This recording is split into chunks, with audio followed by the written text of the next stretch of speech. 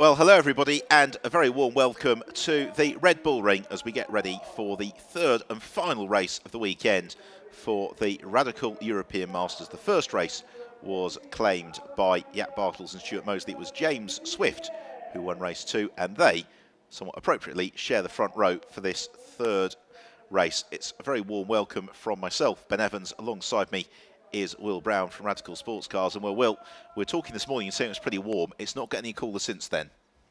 No, not at all. And the track temperature is going to be at an all-time high, really. It's hotter now than it has been all weekend. So it'll be interesting to see how both the drivers and the cars fare in these conditions. So the front row then is James Swift and Jack Bartels. The second row of the grid is Jeremy Ferguson, who took an excellent third place finish in race earlier on this morning. And then alongside will be Terence Woodward and Ross Kaiser. It is Woodward who, as ever, will be starting in the 88 car. Not quite on the podium yet this weekend for Kaiser and Woodward, but they have been racking up the points. Starting fifth then is Sir Chris Hoy, who scored an excellent third place yesterday and has been looking very strong all weekend. And then in sixth, it is Alain Costa, another driver who has been quick but had that little wayward moment in the latter stages of race 2, which cost him a chance at the podium.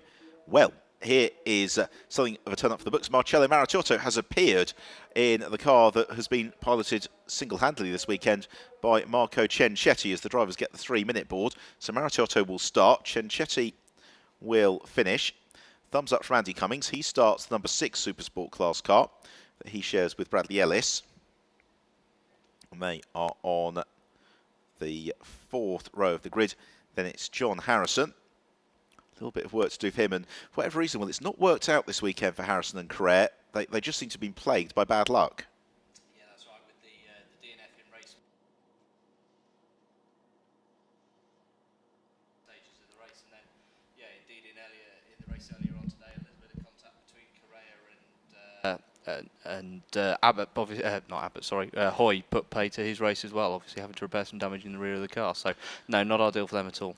Yeah, I think after that contact earlier on, it's probably safe to say that Victor Carrere is going to be forming the queue for the Jason Kenny fan club, because it was a racing incident, nothing malicious in it, but I think Carrere was a little bit frustrated. But then so would Hoy be. Another driver with plenty to do.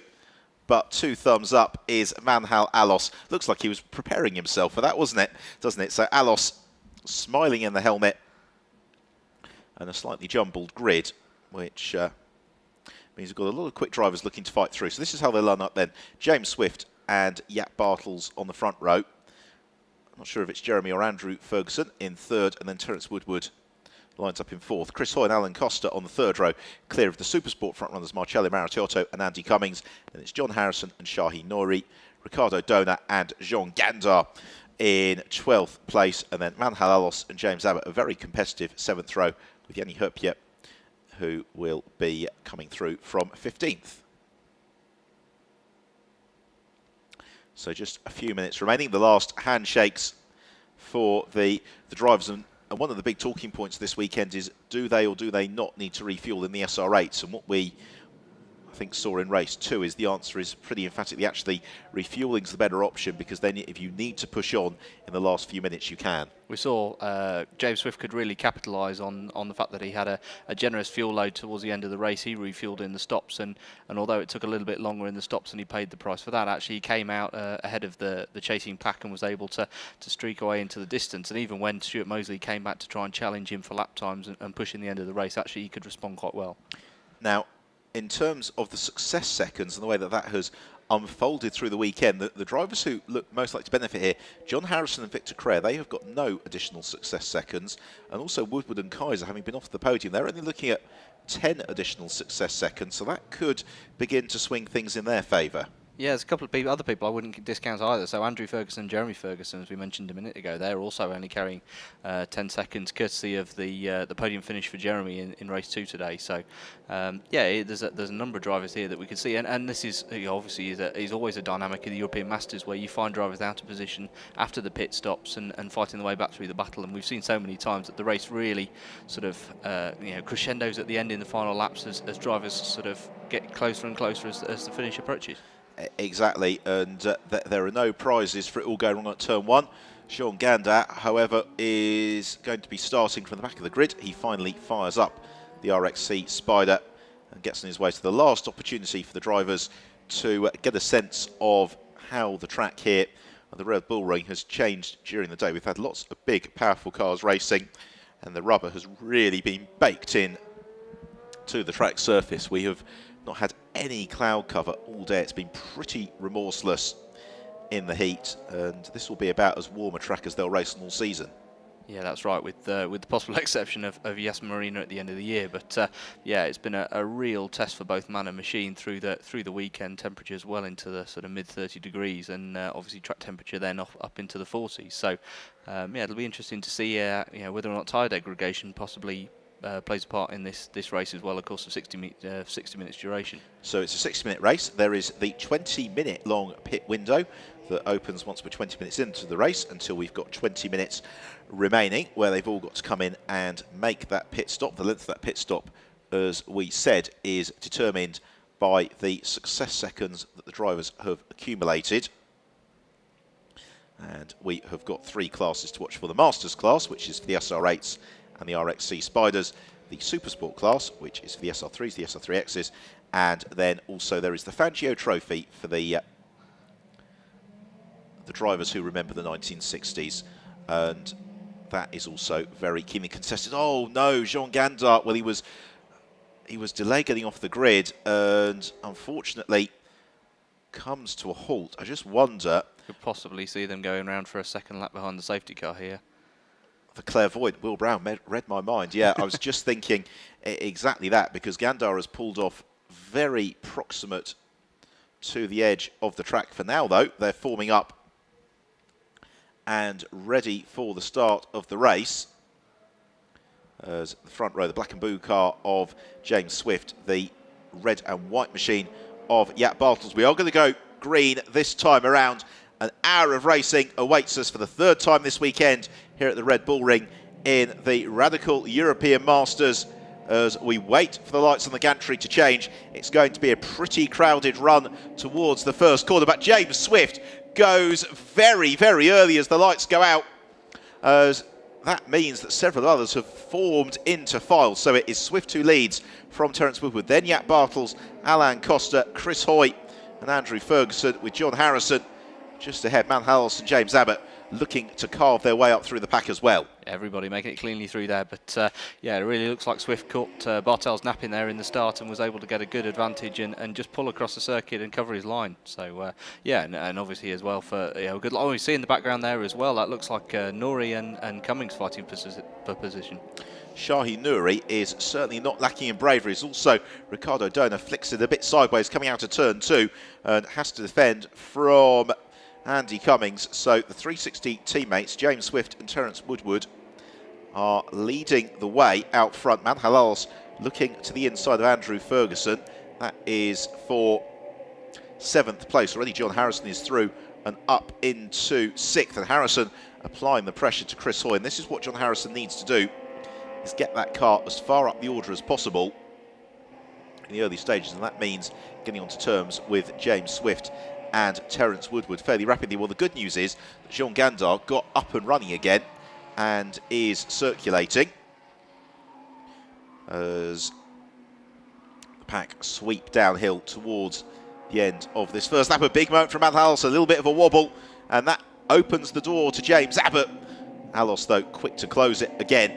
This pair of them fight over 7th and 8th. Yeah, thinks the better of it and decides to tuck in and use the toe on that long run all the way up to that first corner to maybe take a second bite into this turn 1.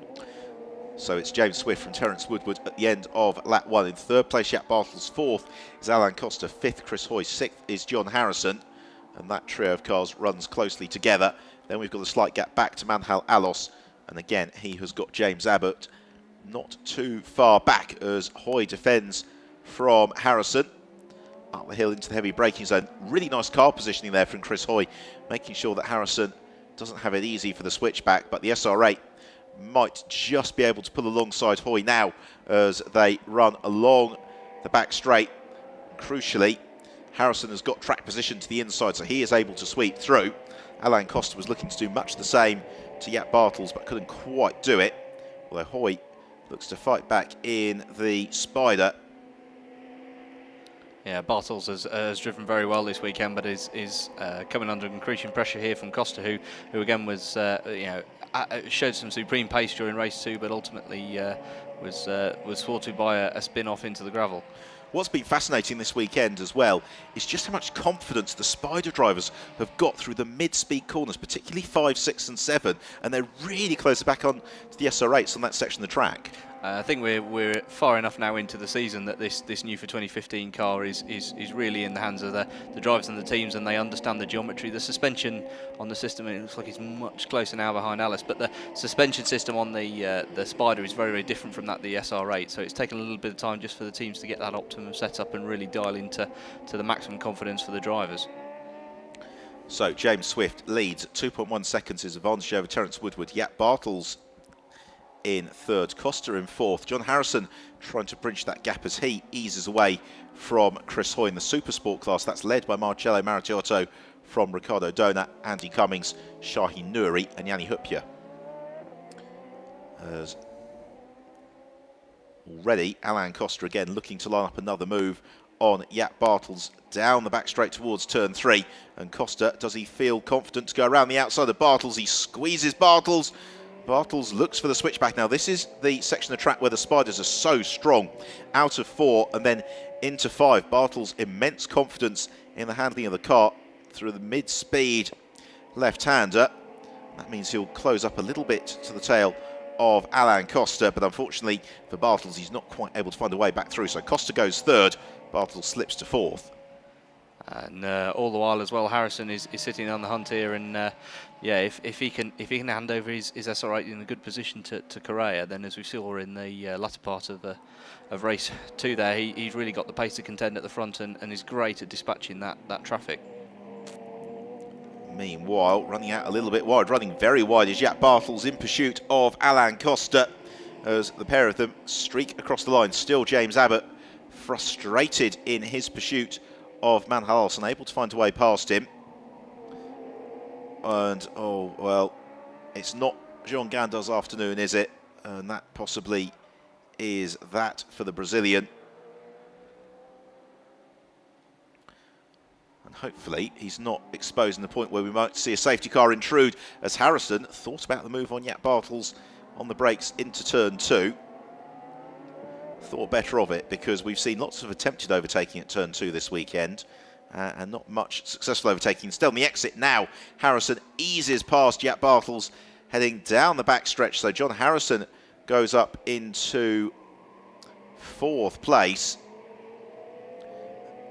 And as you say, really, as long as he can keep Terence Woodward in touching distance and give Correa a reasonably healthy advantage over Victor Correa, or rather Correa a healthy advantage over Ross Kaiser once the pit stops are cycled through, then that potentially looks very good for Harrison and Correa. With Kaiser one of the fastest, well, he has been the fastest driver all weekend in terms of qualifying pace, and yeah, for one of the drivers that was able to fight his way back through the field. They actually started from the back of the field in race 2 and fought back up to 4th. So yeah, I wouldn't discount the 360 Racing duo at all. It's 240 kilometres per hour through the speed trap last time round for Manhal Alos. Gives you an indication of just how quick the cars in the Masters class are. They're all well above 230 kilometres per hour as we are into the 5th lap of the race. James Swift 2.5 seconds clear of Terence Woodward, and then Alain Costa a further 6 seconds back. And now it's the turn of Harrison to try and chase down Alain Costa. Costa as well is our Fangio Trophy leader. Alos now also taking a look at Hoy. Is he going to be able to make that stick into the braking zone? Well, Hoy covers the inside line. Alos looks the outside. Oh, and Marcello Maritiotto into the gravel trap, and that's very unfortunate for Maratiotto. It's a late decision to participate in the race, as still Alos looks to challenge Hoy as they jump on the brakes to turn 3. Oh, there's not much space there. Hoy is that was really fair drive from Matt Alos. He gave Chris Hoy plenty of racing room. James Abbott says, thank you very much. That looks big enough for me as well. As we have got a drive-through penalty for Jaap Bartels and Terence Woodward for both being out of position at the start of the race. Well, it was a slightly messy rolling start, and what we saw is that because Swift went early, it meant that Woodward and Bartels both moved across to the inside of the road, I think before the lights on the gantry changed. And that is what has resulted in their penalty.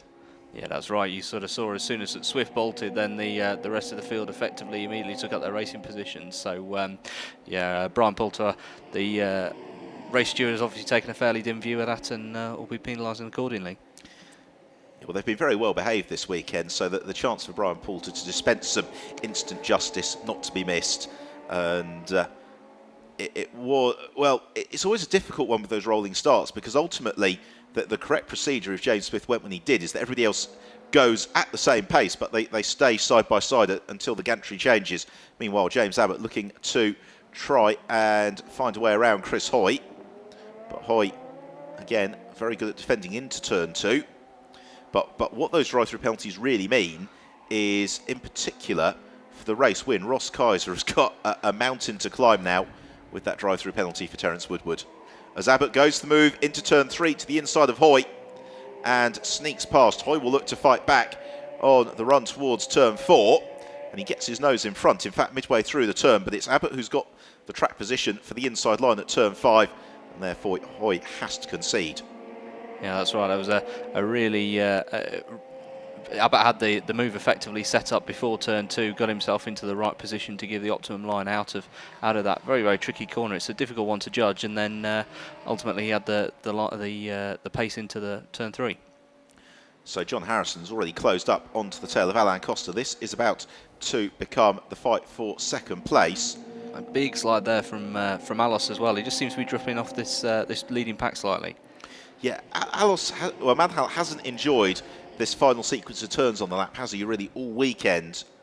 And we've still got a long, long way to go. We're only 10 minutes into this hour-long race. As Alain Costa in third on the road, but Terence Woodward ahead of him, and Jaap Bartels, the white and red car behind him. They've got to serve their drive-through penalty at some point in the next 3 laps. And so we are seeing some great dicing earlier on. The racing a little bit more frenetic in these early stages than in the opening brace of races that we've had here in the Red Bull Ring, except for James Swift, because he is romping through at the front of the field, setting fastest lap after fastest lap. And what we saw in the race earlier on today is that Swift is just perfectly equipped to manage his pace through the race, and he won't be setting these lap times unless he's got very good reason to do so. It's a trait we've seen several times this season from him, that he's very, very good at being able to dictate the pace to manage his fuel load and conserve tyres to the end of the race, and also obviously, you know, keep himself in sort of peak physical condition as well. You know, it's hot out there, and the guys really want to conserve energy, and you know, by minimal steering inputs and not having to drive at 11/10, that ultimately will save their own energy as well for the end of the race when he might really need to respond. And we see. Oh, yeah, Bartels forces the move on Harrison. Harrison is dispatched one side of the track. Bartels spins to the other, and well, John Harrison and Victor Carrere, it really isn't their weekend, is it? You wonder whether or not they ran over a black cat or something on the way to the airport, because that was a move that always looked unlikely for Jaap Bartels. He gets back under steam. Here we see it again, and that's the end of it. I'm not sure that John Harrison realised that Jaap Bartels was so committed to that move until Harrison couldn't get out of it. That's right, yeah. You see across, and they've just the slightest slide out, four-wheel drift out wide there by Bartels, and it's sent them both into a spin, so... Yeah, it's a great shame, and obviously as well as that, because of where he's spin, he's missed the pit entry there as well. So if he was going to serve his drive-through, he's not now able to do that. He'll have to go around for another lap. Well, also not having served their drive-through penalty is Terence Woodward. So the order now is James Swift from Woodward. Then it's Alain Costa in third. James Abbott is in fourth. Chris Hoy in fifth. Manhal Alos is in 6th, Andrew Ferguson 7th, John Harrison down to 8th, but now 30 seconds off the pace at the front of the field. It's going to be fascinating to see how Victor Correa goes in the second half of the race, and you've got to wonder here, the drivers who are really benefiting from all of this are Alain Costa and James Abbott. They're right at the front of the field, and they don't have too many success seconds to worry about. Yeah, I'm just wondering if the Radical Fronts team might think about rolling the dice on the refuelling here and see if they can get Alan all the way to the end without the need to refuel. Well, the Monegasque driver should know a thing or two about taking gambles, as James Abbott has a big moment through the final turn. And you could see from the previous shot that he was just flicking the car in a little bit over-ambitiously.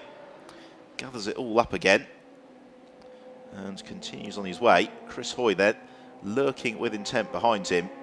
Now, there's the race leader, James Swift, 11.7 seconds out front. And I think for Swift as well, the fact that he can manage that race just shows that he's completely mastered the machinery, because if you or I were to jump into an SR8, our first reaction, and our second and our third, would be, crikey, that's fast. To be able to drive at those lap times and to be starting to think about the race strategy whilst doing 240 kilometres an hour really takes quite some doing. Swift is a very, very experienced Radical racer. He's been around the UK and European Championship for a great number of years now. So yeah, by this stage, a huge amount of experience in specifically the SR8 again. So yeah, as you say, it's getting past that point when driving the car, operating the car effectively becomes instinctive, and being able to push the lap time becomes instinctive, and you can actually start to give yourself more options in how you dictate the pace in the race and what you do with the strategy. So we're about to approach 1/4 race distance. The drive-through penalties for Terence Woodward and Jaap Bartels have both been served. So at the end of this 9th lap, we'll be able to get a sense of the ground that they need to make up. So James Swift is our race leader in 2nd place, and quite some way back in 2nd place it is Alain Costa. So Costa crossing the line now, 15 seconds back from James Swift. Here is a replay of Jaap Bartels post drive-through penalty, moving around Ricardo Donut. Donut, by the way, is the Supersport class leader from Andy Cummings and Yanni Herpia. In 3rd place, it's this man, the blue car of James Abbott. 4th is the red machine of Chris Hoy. 5th is Matt Halos. And Terence Woodward, now this is interesting, has fed out into 6th place, 4 seconds up on John Harrison, who's recovering from that spin with Jaap Bartels. And they are split by Andrew Ferguson in 7th place. Harrison then in 8th. Jaap Bartels in 9th. Ricardo Donut in 10th, Andy Cummings 11th from Yanni Herpia, Shaheen Nouri. Unfortunately, Jean Gandar and Marcello Marattiotto have fallen by the wayside. Here is a move from John Harrison to the inside of Andrew Ferguson. Harrison passed. Oh, and was there contact? No, there wasn't. Whether or not Harrison's made that move stick, we will find out at the end of the lap. Yeah, you could have put a piece of tracing paper between them then. Really, very, very close, and Andrew did a great job to haul the car up and avoid spinning again. So yeah, that was a very narrow escape. So we are just 4 minutes away from the pit window opening. Now, who can we expect to see coming in early in the pit window? Well, possibly Terence Woodward to pass the baton over to Ross Kaiser, and likewise for John Harrison to give Victor Correa a shot at the race win. Andy Cummings likewise will be releasing Bradley Ellis to do what he can as quickly as possible. For those single driver efforts, there's no particular imperative for them to duck into the pits. They're all running at a good pace, and none of them are quite close enough to each other to really feel that they're being slowed by the car in front. Yeah, I would. You'd expect to see Swift maybe leaving it till later into the pit window, when he's coming up against the traffic that's both returning to the track, and of course he's possibly going to be lapping as well before he takes his pit stop, and then he's going to give himself the best opportunity to get a clean pit stop without any traffic in the pit lane. So here is our race leader, James Swift, the winner of the 2nd race of the weekend. We've not really seen much of James, and of course the question is going to be whether or not, given track position, success seconds and the rest of it, whether or not the team decide to give him a little splash of fuel, or whether to not fill him up. But really, with the number of success seconds he's carrying, there's actually not massive disincentive to take a few more seconds and make sure that James can push as quickly as he wants through to the flag. But I think you're right, it's this man, Alain Costa, who's only got 5 success seconds, where rolling the dice may be an option, particularly as James Abbott behind him has got 5 success seconds as well. Chris Hoy a few more. Yes, now with the Spiders having a much bigger fuel tank, they don't need to refuel. So in order to stay on level pegging, really, the Radical Fronts team will need to think about maybe just giving it a chance. So a few of the teams have been able to do it. Swift, of course, the race winner in race 2 was one of them that was able to make it to the finish. But it is going to need some sensible driving towards the final couple of laps. And as a driver, it's the worst experience when you're in a racing car and you know that the fuel might not quite last. No, but it is a key ingredient in endurance racing, Nicola, as we just see. Oh, and that looks like a spin from Bartels across the gravel. And oh, he may struggle to get out of there as well. I think that may be the end of the race for him. What a shame. It's a great pity for Jaap Bartels. A win and a second place this weekend. He has had 1 or 2 rotations along the way. In fact, yesterday was a spin and win for Bartels. But yeah, the gravel traps here at the Red Bull Ring doing their job. They stop the cars pretty rapidly and they're hard to escape from. And with all the debate about tarmac runoff areas, the gravel traps here at the Red Bull Ring are effective. But in the case of Jaap Bartels, very effective in preventing the Sorex Spider from continuing onward. So James Swift is on to his 13th lap. Here is the second place car of Alain Costa. Costa is also our Fangio Trophy leader at the moment. 17 seconds his deficit to James Swift. But Swift, in terms of success seconds, is looking at 35, is it? That he has got of additional success seconds in the 25 seconds of success seconds. And Alain Costa just 5 seconds. So, well, that's going to be quite interesting, isn't it, in fact? And you're absolutely right.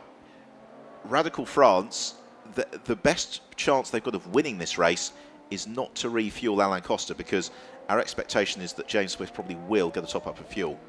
Yeah, and that'll drop him back somewhere in between sort of 7th and 8th position, and behind Harrison and Woodward. So yeah, there's an opportunity possibly to roll the dice, but it's going to need some some careful driving by Costa, and maybe the intervention of a safety car as well at the end if he's lucky. Yeah, we'll just have to see.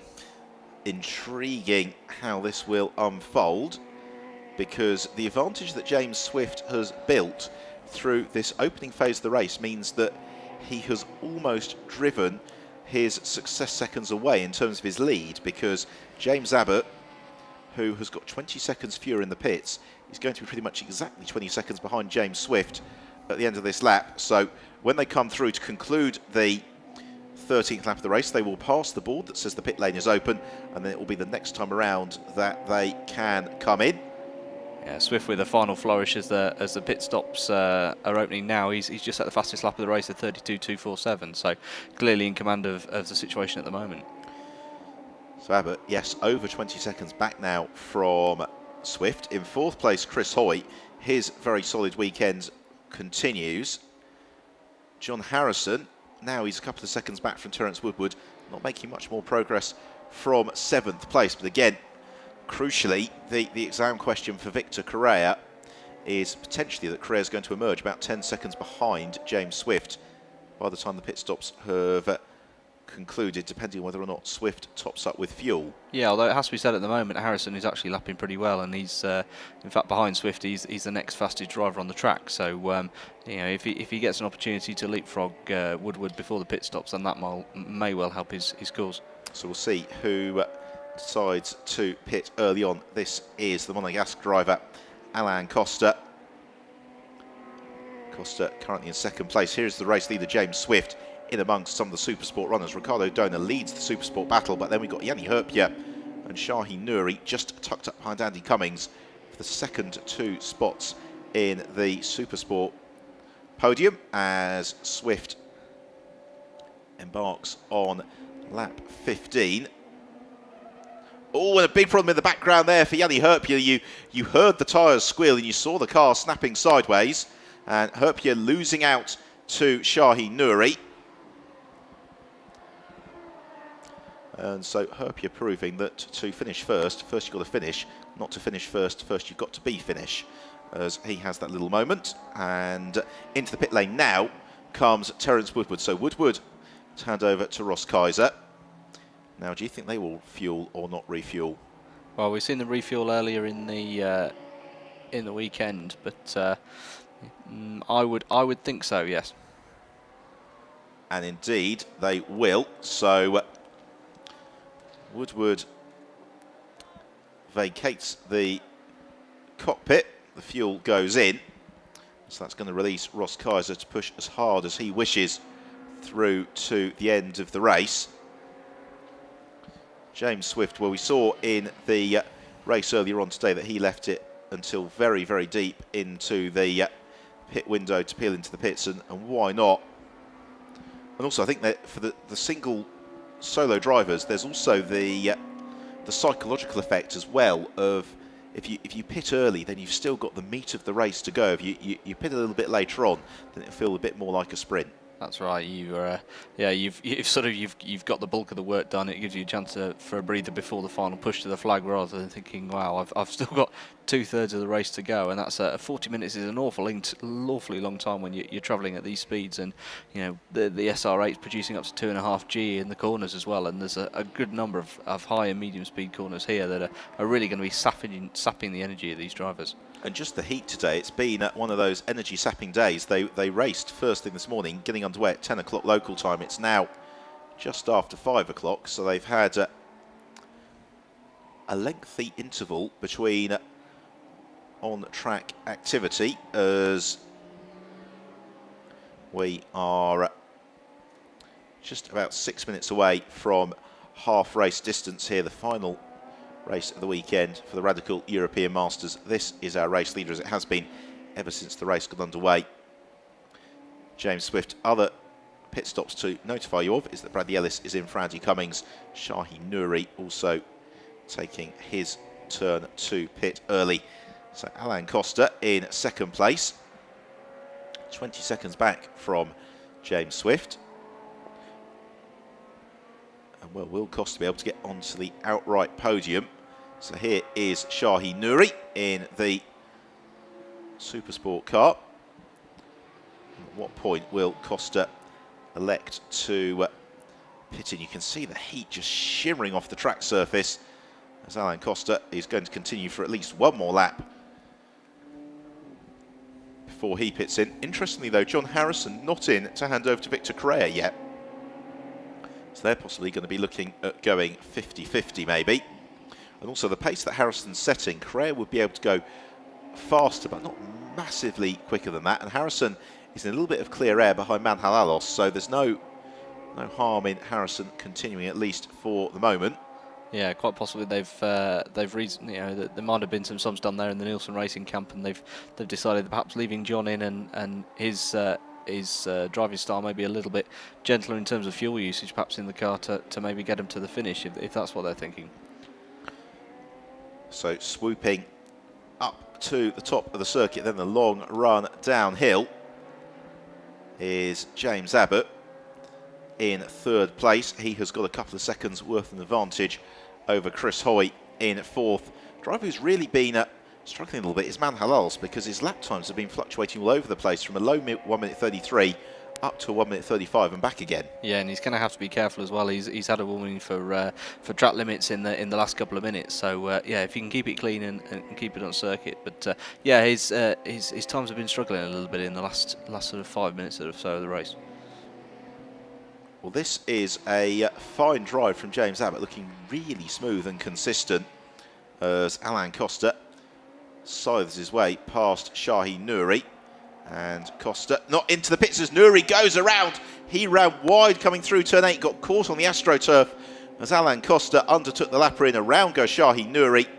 Yeah, just distracted for a second there by Costa passing him and ran out wide onto the onto the rumble strips, and that just caught him out.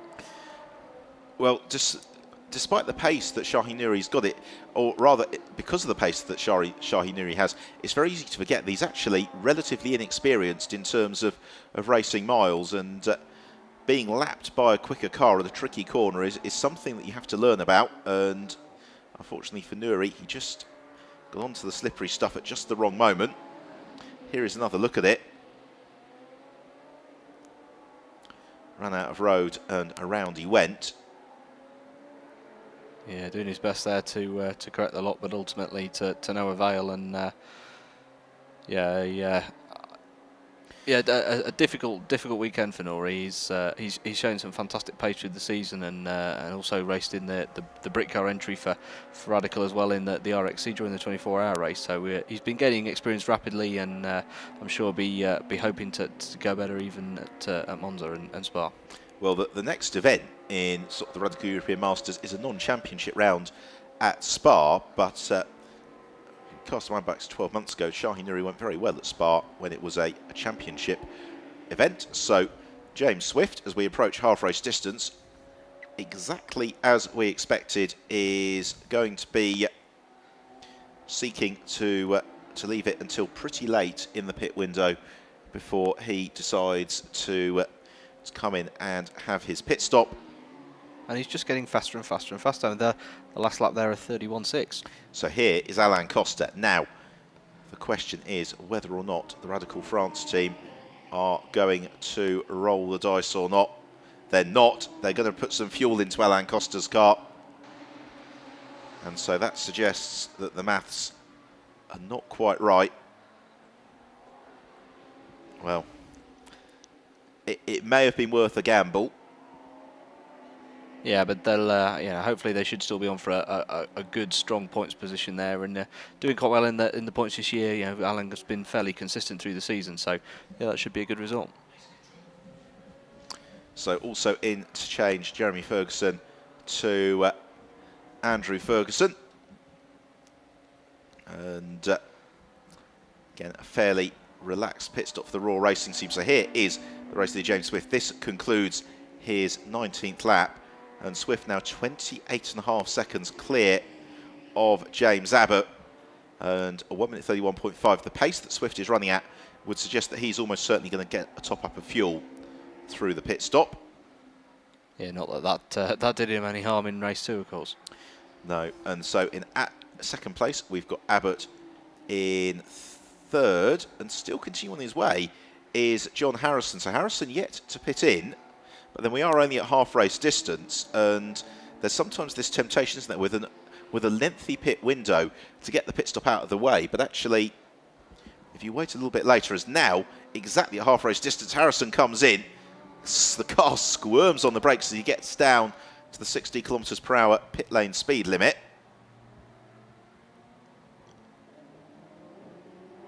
And rolls to a halt where Victor Crare is waiting, as is a fuel Bowser.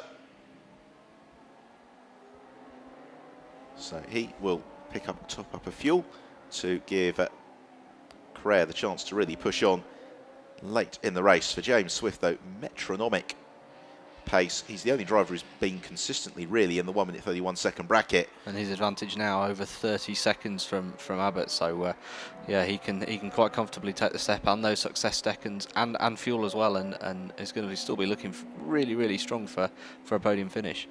And interestingly, Ross Kaiser was on his first flying lap a little bit slower, in fact, than the pace being laid down by James Swift.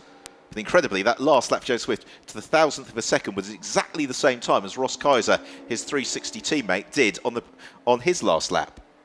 Yeah, so yeah, this is really going to be an interesting sprint to the finish. But has Kaiser got enough in the tank to really be able to push? What we saw in race 1 was that Mosley really, he pushed, and ultimately Swift could respond. I think it really is going to depend on where the likes of Victor Crare feed out into it. Well, here comes James Abbott. Now, he is the foremost of the Spiders, so we know that he doesn't need to refuel. We also know that he has got a pretty favourable situation with the success seconds. So James Abbott is a reasonably good shout here for a podium as he rolls to a halt. Just the opportunity to make sure that All the airways through to the radiators are unblocked. There's Swift on his 21st lap. We're just over half race distance, the third race of the weekend for the Radical European Masters at the Red Bull Ring. James Swift leads the way. He is one of just a couple of drivers who has not yet made his mandatory pit stop. Of those that have pitted in, it is Victor. Well, we don't know quite the order because there's a sequence of outlaps, etc. underway. What we do know is that Swift, if he wants it, has got the time for probably another 3 laps before he absolutely has to pit in, so why not take advantage? Likewise, the Supersport leader, Ricardo Donor, is doing exactly the same thing and staying out there. Yeah, as we just look, and it's always a difficult time as well for the teams. They're waiting for ultimately for the timing screens to sort of unwind themselves to find out where the true position is. So yeah, tense few moments for the 360 crew. And also particularly here because the timing beam is at the entrance to the pit lane, so as the cars peel into the pits, they do break that timing beam. But from as far as we can tell, I think Victor Correa, of those that have pitted in, no, it's Alos of those that have pitted in who would appear to be to the fore ahead of Chris Hoy. So Alos has taken advantage of a good success second situation. Alan Costa is down into behind Alos and Chris Hoy. I just wonder whether Alos has rolled the dice here and has not refueled. Yeah, that's and that would be very, very interesting to see. So yeah, it's, Manhal, I wouldn't have put down as one of the drivers that would be obviously choosing to not refuel. I think he possibly has, because he was looking at 15 seconds worth of success seconds, so really he shouldn't be 8 seconds clear of Alan Costa unless he didn't refuel. Yes, well, we'll have to see. I mean, this is going to make for a very, very interesting final third of the race. Well, James Swift flashes through another lap in the high 1 minute 31 second bracket. Yeah, he's putting that car exactly where he wants it in. This is really the best way to get the best lap times out of an SR8. You see minimal steering inputs, really smooth braking. He's hardly put a foot wrong all weekend. Even with the DNF in race 1, which was down to a mechanical issue, he's really had a sterling drive all weekend and been in the class of the field. And what he's doing crucially is letting the car do the hard work. That's really the key. Is you let the car do the work. You don't overcorrect. You don't work the tyres too hard. You don't work yourself too hard. No, you can't really throw these cars around because they're so aerodynamically dependent. It really is a case of if you look at the corner, you will go where you look. So minimal steering inputs and just smooth progressive throttle and brake, and he's really using the aero to his advantage. So he and Supersport leader Ricardo are the only drivers not to have pitted in. Now James Abbott, I think by the time these pit stops have worked through, is going to possibly be up into second place, and possibly even the lead of the race, depending on how long James Swift's pit stop takes. And now Swift darts to the pit lane. So this is the race leader, James Swift, into the pits. We're just over half race distance. He needs to get the car slowed to 60 kilometers per hour, but he leaves it pretty late until he gets on the brakes to slow it down, because you can lose a couple of seconds that way otherwise. And then rolls along to the 360 team waiting at the far end of the pits. Oh, I think would anticipate there's going to be some fuel going into the car. Indeed there will be. So Swift gets out, the fuel goes in. A little bit of a hesitation there. I'm just wondering if he was struggling possibly to get the dry brake on for the refueling there. That will have cost him a couple of seconds. Now here is a battle for position between Victor Correa and Alan Costa. When all is said and done, I think this is going to be for 5th and 6th place. So Correa looking to pick his way past them on the gas driver as quickly as he can. Costa, though, determined to defend as they head towards turn 1. Correa electing not to gamble and try and force the move. At the same time, Costa very smooth coming out of the first corner, and therefore Correa not going to have a gimme on the run towards turn 2. They've got a lap to put on to Yanni Hurpia. Yeah. They go either side of him. Little surprise for him there. Had to cross from one side of the other to the other side of the track to get past the Finn driver there, but a clean move. But Alain Costa through turn 2 just snagged a break, and that possibly opens an advantage to Victor Correa. So the pair of them roll down towards turn 3. Correa looks to the outside of Alain Costa and then will try and force the switchback. And all the while, this is taking away the opportunity, really, for Correa to get onto the podium. So here comes James Swift out of the pits. Now, where is James Abbott as Correa goes across the grass? Well, that's an uncharacteristic mistake there, as he just struggled to keep the car straight in a straight line, but it's just cost him a few tenths. He dropped back from the Frenchman, or Monegasque rather. Yeah, but you need to get that right, otherwise you have Prince Albert banging down your door. So we have got this fight for what will be 5th and 6th. I think the question is, where is James Abbott in relation to James Swift? As Swift has done enough during that opening stint to build a buffer to emerge and lead the race, as it would appear that he may well have done, then that is setting him up very, very nicely to make it 2 wins from 3 races this weekend. So at the end of this lap, with just over 1/3 of the race remaining, we'll be able to give you a definitive classification. Then we'll be able to think about some of the gaps that may or may not close down between now and the checkered flag. We know we've got this battle for 5th place between Costa and Correa looking increasingly frustrated that he can't find a way past Alain Costa. But Alain Costa is just sticking to the racing line and making Victor Correa try every which way to see if he can find a way past him. Yeah, again, Correa just looking to the inside there, and a little slide, lost some momentum there coming down to turn 3. That's a very strange one. I think Correa thought he was about to go around and got right onto the anchors, so that gap will have to be closed down once more. So James Swift is our race leader. He is through into lap 25. Such has been the pace from Swift. 10 seconds behind him then. In 2nd place is James Abbott.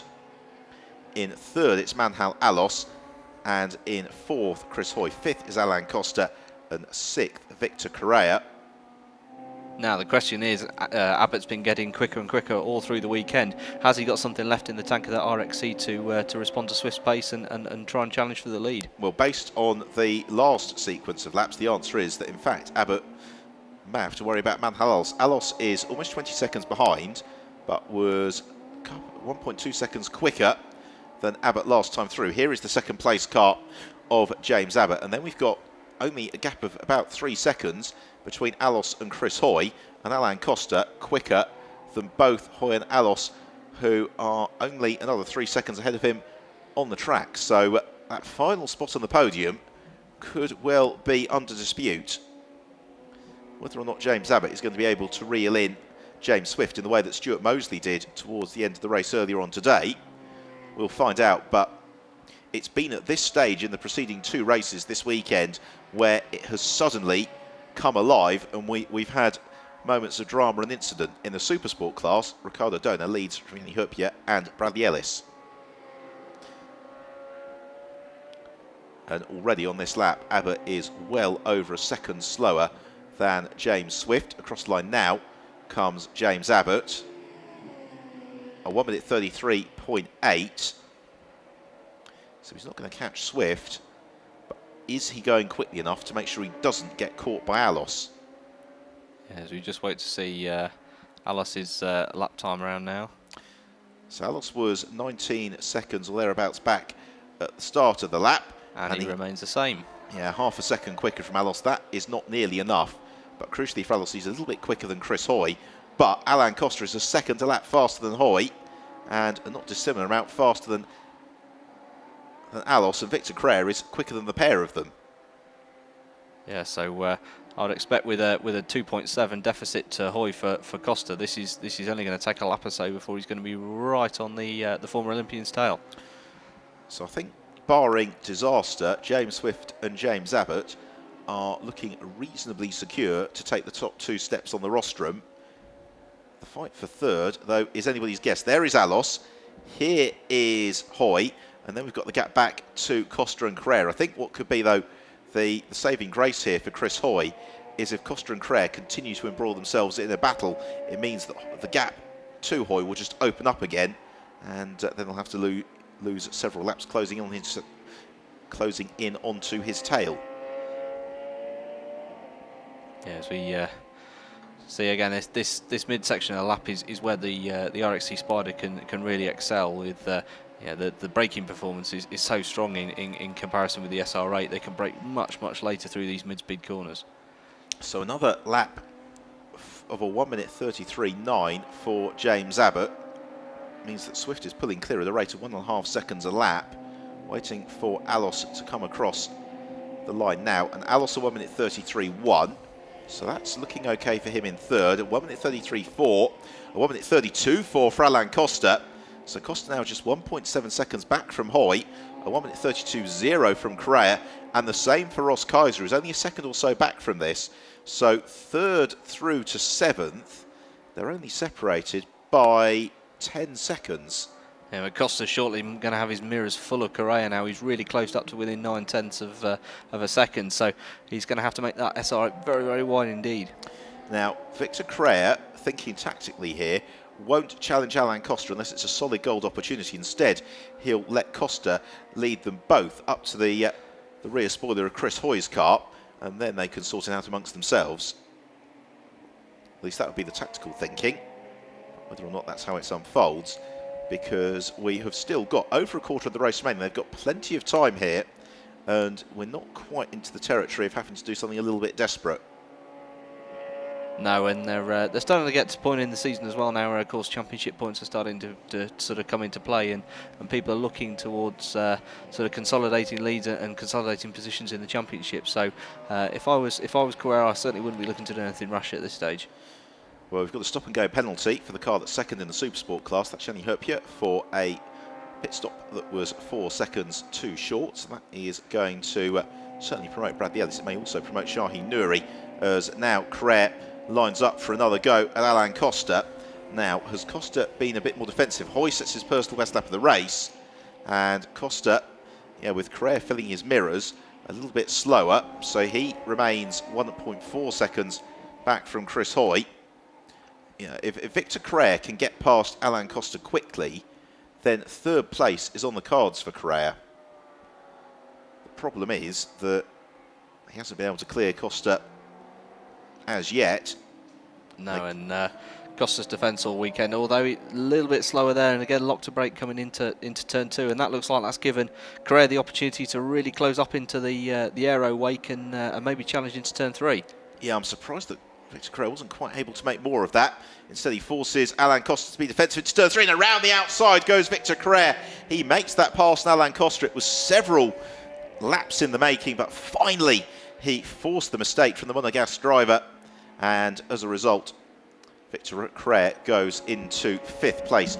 His next target is Chris Hoy, and he can see Chris Hoy immediately in front of him, but the more pressing target, really, for Victor Correa is Manhal Alos in third, because Correa is a second a lap faster at the moment than Alos, and he's only 5 or 6 seconds back from Manhal. Yeah, and as soon as he's able to dispatch Hoy, he'll be able to see Alos in front of him, so that'll be a real incentive to push on and get up to the tail of Alos.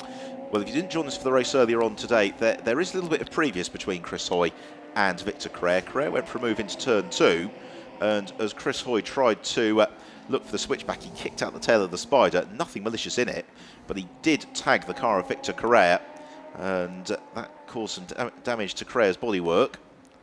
So Victor Correa will be looking, one would suspect, to prove a point and power past Chris Hoy as quickly as possible. And this time around, Chris gives plenty of space to Correa, but is still going to defend through turn two, runs wide, and Correa sneaks to the inside. So Victor Correa, in the space of just under a lap, gains 2 places and moves through into fourth. Now it is the 4.3 seconds to Manhal Alos that Correa has got to close down over the next 14 minutes.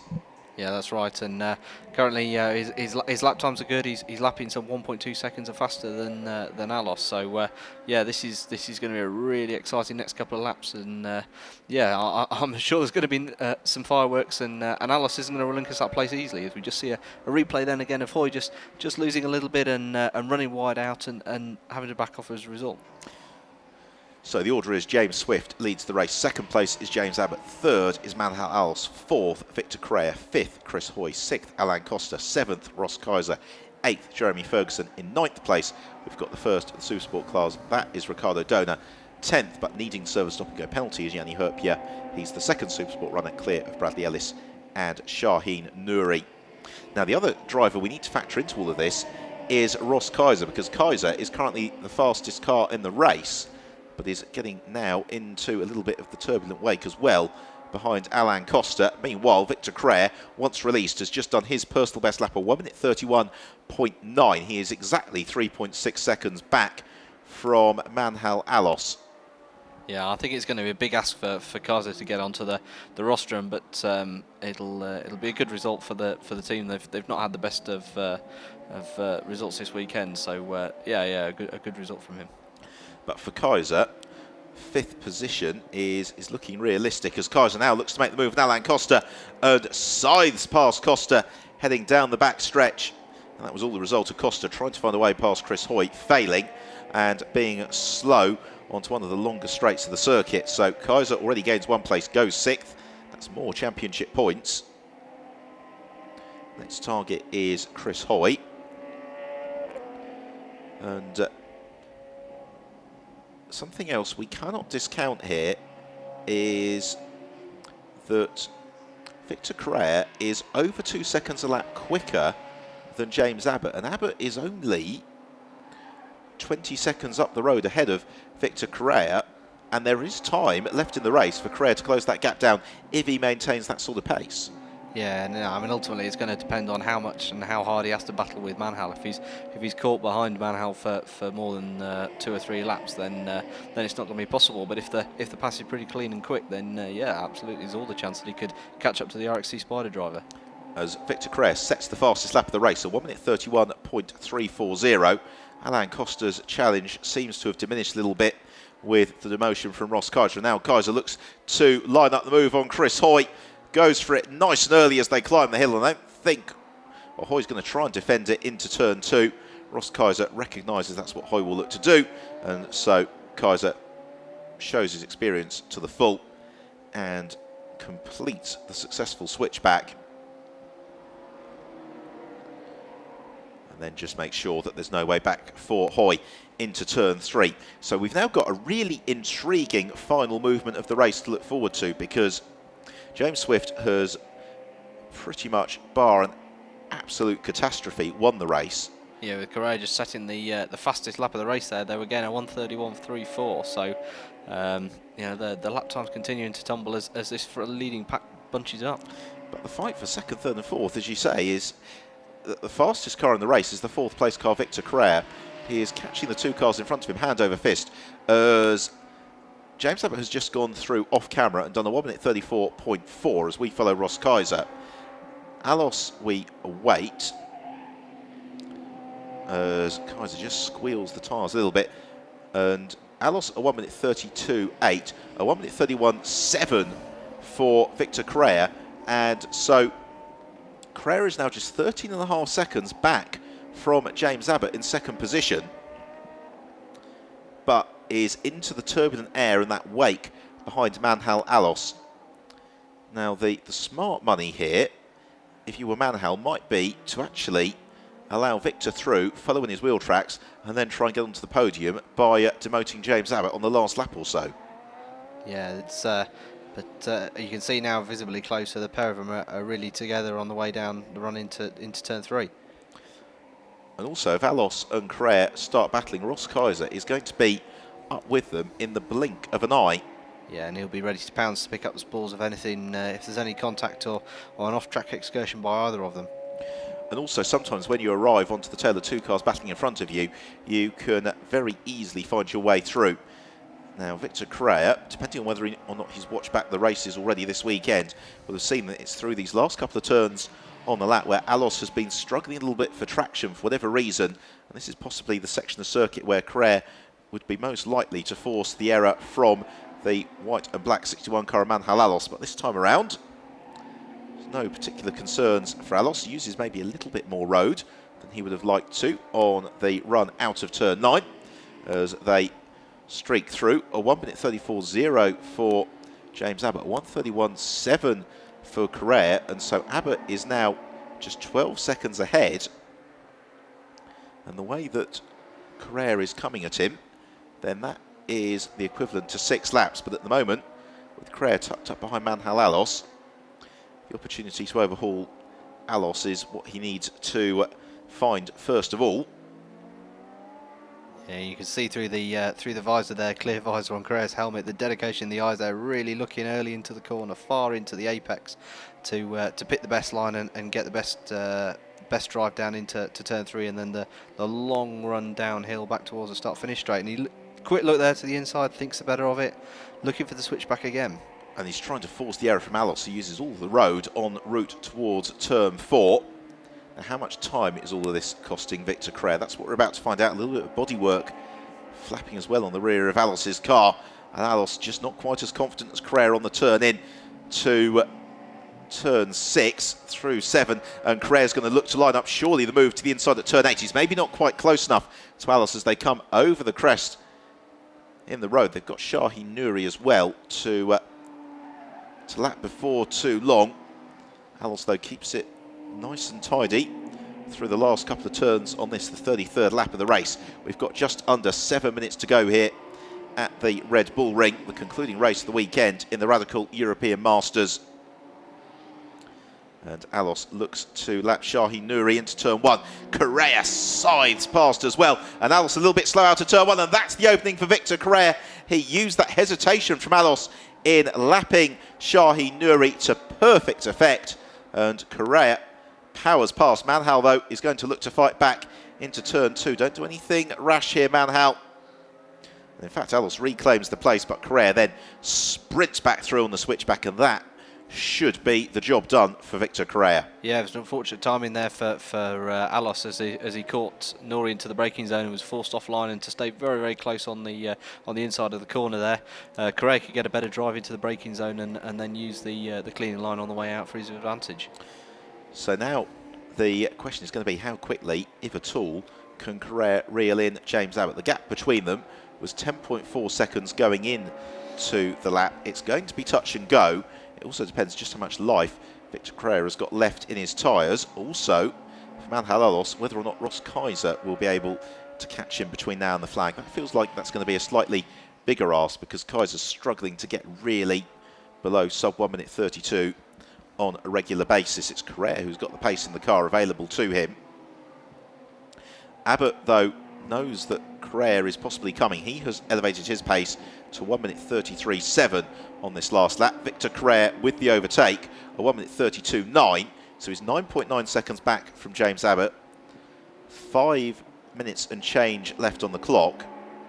Yeah, it does look like that car of Correa is just starting to move around a little bit more now in the race. He's just having to use a little bit more opposite lock on the exit from the slow speed corners to keep that SR8 in check. And the rate of capture, I don't think is going to be quite enough, except that Correa 9/10 of a second quicker than James Abbott just through the first sector. Wow, that's some stunning pace, especially at this so late in the race, and they'll be they're really going to be tired of all this heat and the hour in this morning's race, and again now it's he's really going to be feeling it in this final 5 minutes. So here is the race leader, James Swift, and Swift, the best part of a third of a lap clear of everybody else in the Supersport class. By the way, it's Ricardo Donut who leads that from Bradley Ellis and Yanni Herpia. I think the driver is possibly suffering a bit with the heat is Alain Costa. His pace has really diminished in this second half of the race. And he currently runs second in the Fangio class to Manhal Alos, who is the Fangio leader. Well, Correa is having an astonishing lap in comparison to James Abbott. He was 2 seconds quicker than Abbott just through the first 2 sectors, more or less. So Abbott across the line at 1:33.7. Victor Correa, we wait, a 1:31.4, and so it's 7.6 seconds from Abbott to Correa. I think James Abbott's going to get away with this by one lap. Yeah, it looks like he's got just about enough in reserve there in terms of an advantage to make it through these last couple of laps. I think, yeah, certainly no more than 3 laps to go before the flag. Well, it really depends at what point. Well, quite frankly, James Swift can afford to almost push the car home. He actually would be advised, you'd think, by the team on the radio to say, actually, James, make sure you just back off, that you don't do any more laps than you need to. So I think he is going to be starting the penultimate lap of the race this time around. Yeah, but of course this is where the mistakes start to creep in, isn't it? And it's a really hard thing to do to you know, as soon as you sort of get into that psychological mind frame of trying to back off and conserve the car, then mistakes start to creep in. So you know, he may well have just pulled his radio cord out and thought, I'll stick with my plan, thank you. Well, he does a 1:31.2 on that last lap. Very close to the fastest lap of the race, but just the way the clock's running anyway, I think we are into the penultimate lap. I mean, it has to be said, all the way through both this race and the previous one, it's never looked like he's been pushed outside of his comfort zone. He's really been able to deal with any of the threats that have come from the other races with ease. And it looks like we've got a slowing Shahin Nouri there. Not quite sure what that issue is. No, so Shahin Nouri in trouble very late on in the race. A 1:31.1 for Victor Crea, the fastest lap of the race. He's 4.9 seconds back from James Abbott. Well, could still be a sting in the tail here, couldn't there? That rate of capture is going to make it very interesting through the last lap. It's going to be heavily dependent on whether or not Crea can maintain that sort of momentum through this lap. Well, he's already a second quicker than Abbott just through the first sector. Well, Abbott absolutely cannot afford to make any mistakes at this stage now. He's going to have to keep that car on the black stuff if he wants to retain second. So swooping downhill for the penultimate time, the race leader James Swift. It has been an utterly dominant performance from Swift, as it was in the earlier race today. Here is the battle, meanwhile, for 4th place. Matt Hall's being caught by Ross Kaiser. And, well, whether or not Kaiser's quite got the pace underneath him to flash past, we will find out. I think Alos might just have enough in reserve to be able to preserve that 4th place. Yeah, if he can make his way cleanly through this traffic that he's approaching now, then yeah, that might just give him the buffer he needs to hold on to that. Yeah, and indeed he does here. And it looks like Nouri's back on his way again. So Shahin Nouri finds full propulsion. There is Victor Crea, just caught a glimpse of. So this leading group of cars all converging on each other. So we wait for James Abbott to come across the start and finish line. James Swift went into his last lap. Abbott a 1:33.8, a 1:31.4 for Crea. And Crea is within 2.5 seconds of James Abbott on this last lap. And the rate at which he's catching him, he may well be in a position to challenge just before we get to the flag. For James Swift, though, this has been an absolutely crushingly dominant performance. Well, I mean, it's been nothing short of faultless, really. He's been able to dictate the pace at every stage through the weekend, and has always seemed to have enough in reserve to push exactly as hard as he needs to, whether it's conserving the tyres and conserving the fuel, or in the latter stages of both races, just to be able to wind up the pace and keep consistent. So yeah, a very consummate drive. So the clock winds down to 0. The checker flag goes out, and James Swift wins the 3rd race of the weekend here at the Red Bull Ring in the Radical European Masters. But what about 2nd place? Here we go. Crea has caught James Abbott midway through this final lap. Is he going to be able to do something to overhaul Abbott between now and the flag? The problem is, although he's closed the gap down, there aren't many passing places between here and the start and finish line. What an incredible chase, though, from Victor Crea. He's reeled in about 20 seconds or so in the space of a handful of moments through turn 8 into 9. I don't think Crea is going to quite be able to do it. So James Abbott negotiates the final turn, and he does hold on to take 2nd place, with Victor Crea and John Harrison rounding out the podium in 3rd. And Matt Hall's does hold on for 4th ahead of Ross Kaiser and Terence Woodward. And then a little bit of a wait for 6th place man Chris Hoy. Wow, yes, just 4 tenths there between Abbott and Crea at the finish line, and likewise just 3 tenths between Matt Hall and Ross. So fantastic finale to a fantastic weekend. And in the Supersport class, it was Ricardo Dono who won it, just under 6 seconds ahead of Bradley Ellis. And then Yanni Herpia will be taking 3rd in the class after the late demise of Shaheen Nouri. So James Swift, our winner here at the Red Bull Ring in 2 of the 3 races that we've had this weekend. The Radical European Masters points paying rounds recommence at the start of October in Monza, but we have got the non-championship event at Spa at the start of September to look forward to. So let's have a look at the results then. James Swift wins it 40.8 seconds clear of James Abbott, with John Harrison and Victor Carrera in 3rd, Manhal Alos in 4th, from Terence Woodward and Ross Kaiser, Chris Hoy in 6th, Alain Costa 7th, the Fergusons in 8th, Ricardo Dono Supersport winner in 9th from Andy Cummings and Bradley Ellis, with Jenny Herpier completing the Supersport podium. Yeah, a lot for the teams to think about going into this summer break, and be interesting to see when we go to the really high-speed circuit of Monza, and then of course the finale at Yas Marina, whether or not Swift can continue that fantastic pace and consistency. Well, let's take a look back then at the highlights of the race. And James Swift leading through the first turn, as behind they all scattered, but they were all cleanly through. Although Alos fighting very hard with James Abbott early on. Also in the mix was Jaap Bartels. He had a great scrap with Alain Costa, the Monegasque driver in particular, looking very strong in the early stages of the race.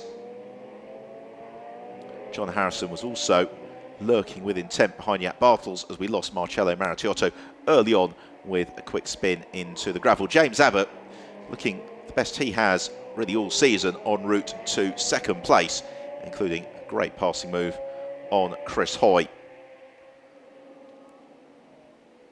All the while, though, it was James Swift who was out front and breaking away at the front of the field. One of the talking points of the race, though, was this move from Jaap Bartels or John Harrison. Harrison didn't see Bartels coming, so it was too late, and that resulted in a spin for Harrison. But for that rotation, 2nd place arguably would have been on the cards. That said, Harrison responded finely and raced up through the order as Jaap Bartels, unfortunately, ended his day in the gravel trap just before we got into the pit stop sequence. Another driver to have a quick rotation was Shaheen Nouri, as he was lapped by Alain Costa. All the while, though, it was utter domination from James Swift. 40 seconds his advantage over the rest of the field as the race unfolded. Behind, we had great scrap going on for 2nd place. So Swift took the win, his 2nd victory of the weekend. 2nd place just to James Abbott, and a fine 3rd for John Harrison and Victor Carrera, with Ricardo Dono winning the Supersport class. So from Will Brown and myself, Ben Evans, thank you for your company at the Red Bull Ring this weekend. We will see you in a few weeks' time in Spa.